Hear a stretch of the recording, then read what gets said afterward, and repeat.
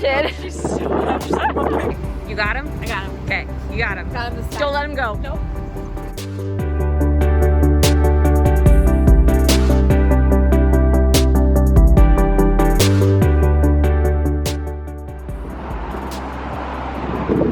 Oh my god, it's so good. Tastes like passion fruit. Work that wind too. You're in a Starbucks commercial. I missed them. I missed all. Oh, well, that was a fail. All right, okay, moving on.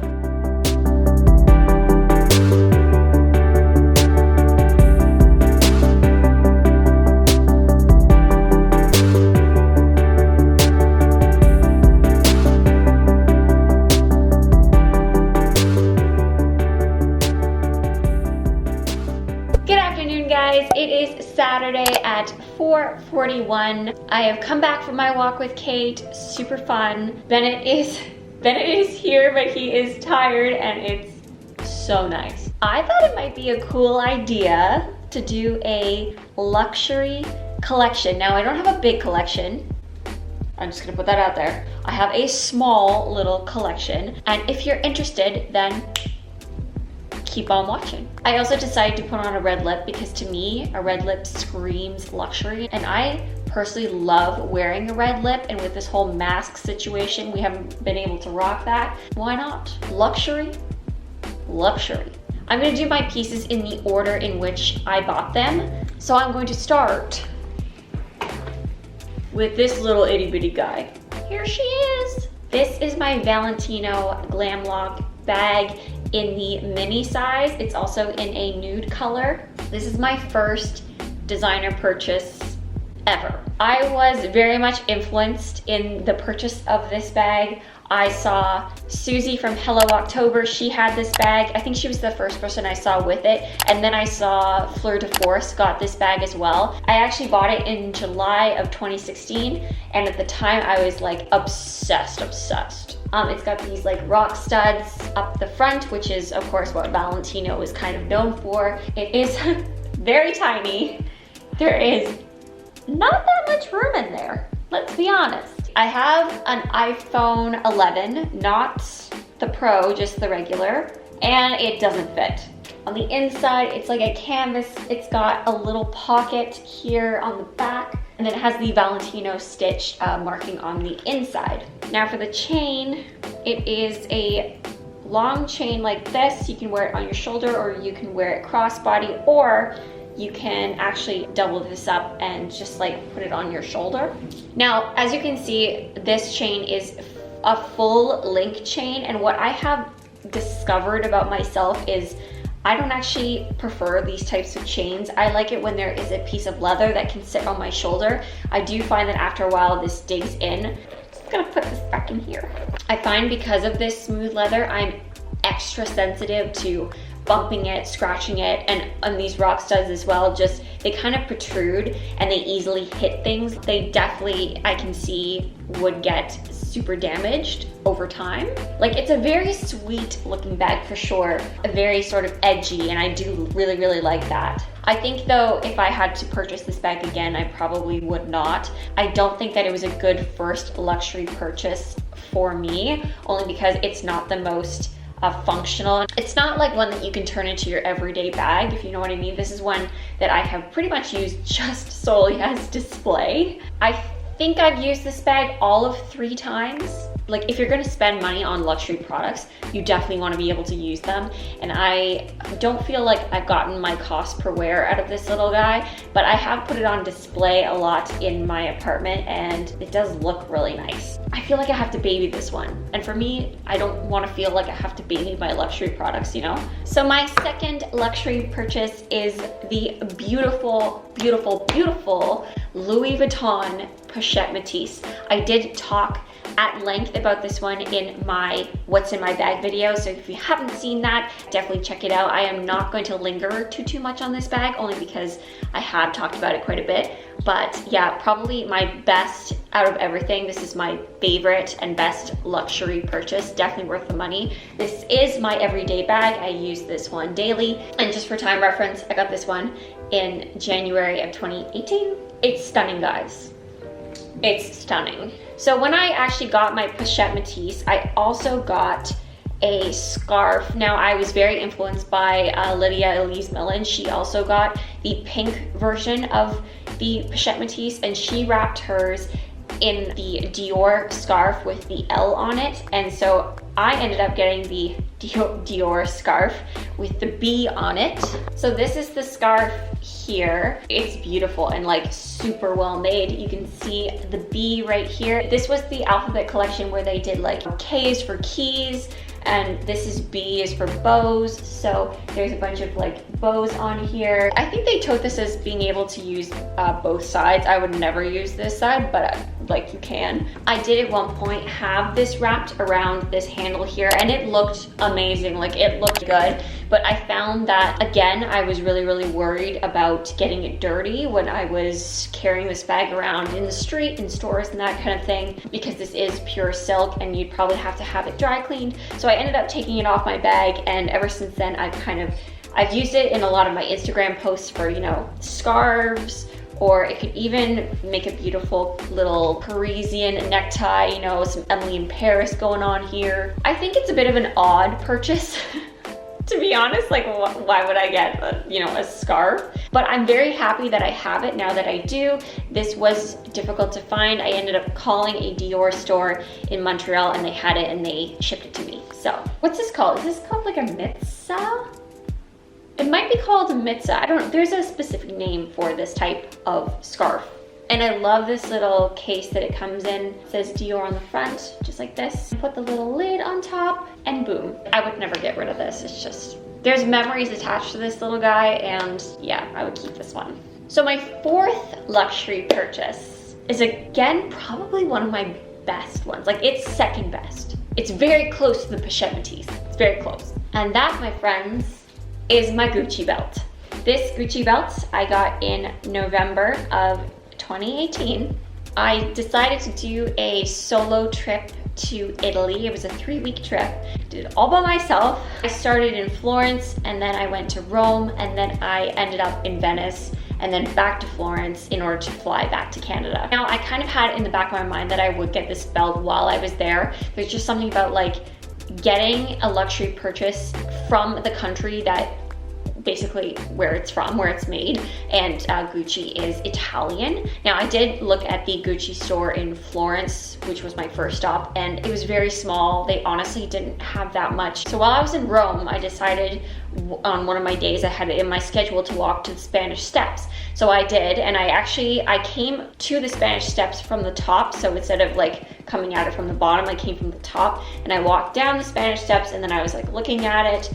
And right at the base there are a bunch of luxury stores. And I did know that the Gucci store was there. I had like Google mapped it beforehand, and I went in, and honest to God, guys, like the biggest Gucci store I've ever seen. There was a lobby area. It looked like you were entering the plaza, and I had wanted the medium size. So I believe this is like the 1-inch size, the non-glossy. I believe that I was 75, which is actually a really popular size, so it was always sold out online. So I had asked the sales lady, like, do you have this size? That day, guys, they had received a new shipment of belts. If that isn't fate, I don't know what is. And I bought it right there on the spot. Like, I knew going in, I had saved for it, I knew it's what I wanted, and just the fact that I was able to get it during this really special trip for me means so much.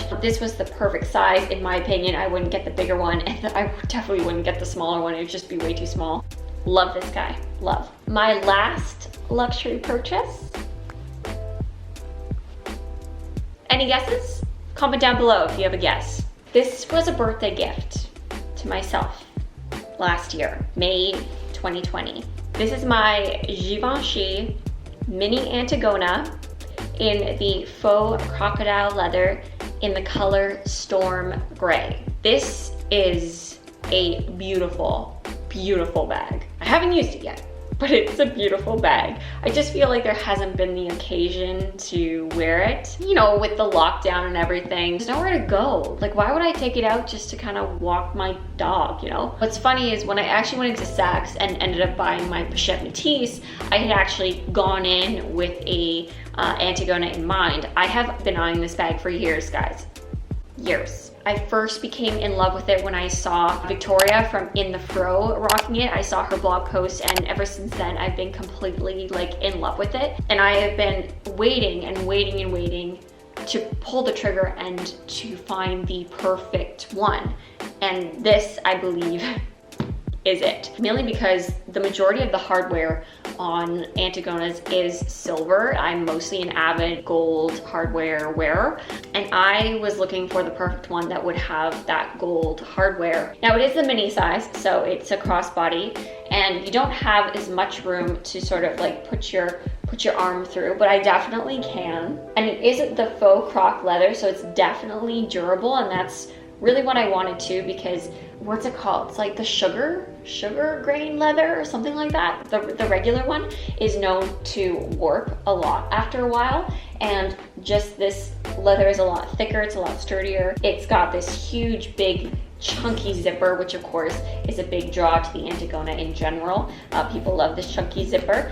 Again, there's like an edge to this bag. It's not just like your simple average bag. There's like almost like a rocker chick sort of feel to such an elegant style, and I'm very happy to have this bag in my collection. So that is it, guys. That is my mini luxury collection. I hope you enjoyed. If you have any questions about any of these items, just definitely leave them in the comments below, and I'd be happy to answer. Okay, it is definitely tea time, and I will see you in a bit.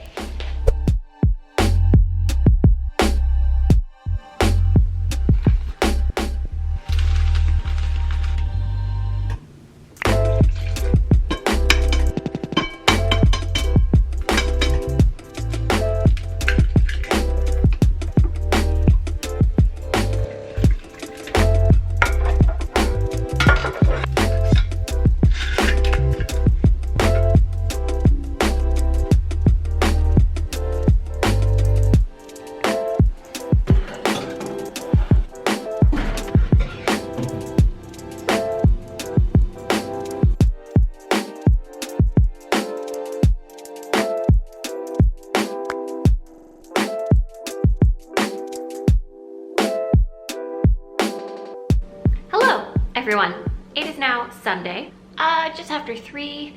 I got inspired to make cupcakes slash a cake. I don't actually have like a full cake pan, so I kind of split it between the two. I was inspired because the week that this video is going up is my birthday week. So I thought I would make this video kind of, you know, special. Make cupcakes randomly on a Sunday. I mean, why not? Today's kind of a slow day, nothing really exciting happening. I have work to do, and I have 1 episode left of Shadow and Bone. Oh my gosh, guys, what a ride. I'm personally someone who has read the books, so coming at this from someone who has read them, I'm personally really enjoying it. I like the twists and modifications that they've done. I'm kind of hoping that in season 2 we'll see a bit more of the storyline from the Six of Crows series. We got a little bit of that, a little bit of flavor, but I think that is what changed the most. We were following mostly Alina, which is fine too, but I actually did enjoy the Six of Crows series more than Shadow and Bone, but to each their own. I'm never that person that goes into adaptations and I'm like, it needs to be exactly the same. I am totally open to like creative input, and yeah, I'm really enjoying it, and we'll see after episode 8. It's gonna be so long waiting for season 2. Netflix, you better make a season 2. Yeah, so I'm gonna work for a bit, finish the work off that I have for my aunt so I can get that done. And then I also need to start editing my next vlog. I haven't done it yet, and usually I have it done by now. Okay, let's get to work.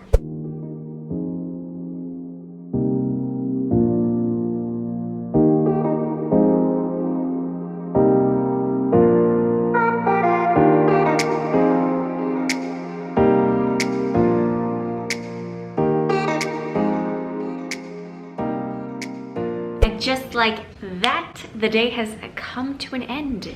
It is nighttime outside now. I have been busy at work, finished my freelance stuff for now. Still need to work on the vlog, but I plan on working on that tonight. I am making a cup of tea, and any second now, my mom is gonna call me and I'm gonna help her set up her new laptop, which is very exciting. So I think I'm gonna end the vlog here, guys. If you liked it, don't forget to give it a thumbs up, subscribe if you haven't already, and hit the bell if you wanna get notified as to when I'm posting next. And I will see you guys in the next one. Bye!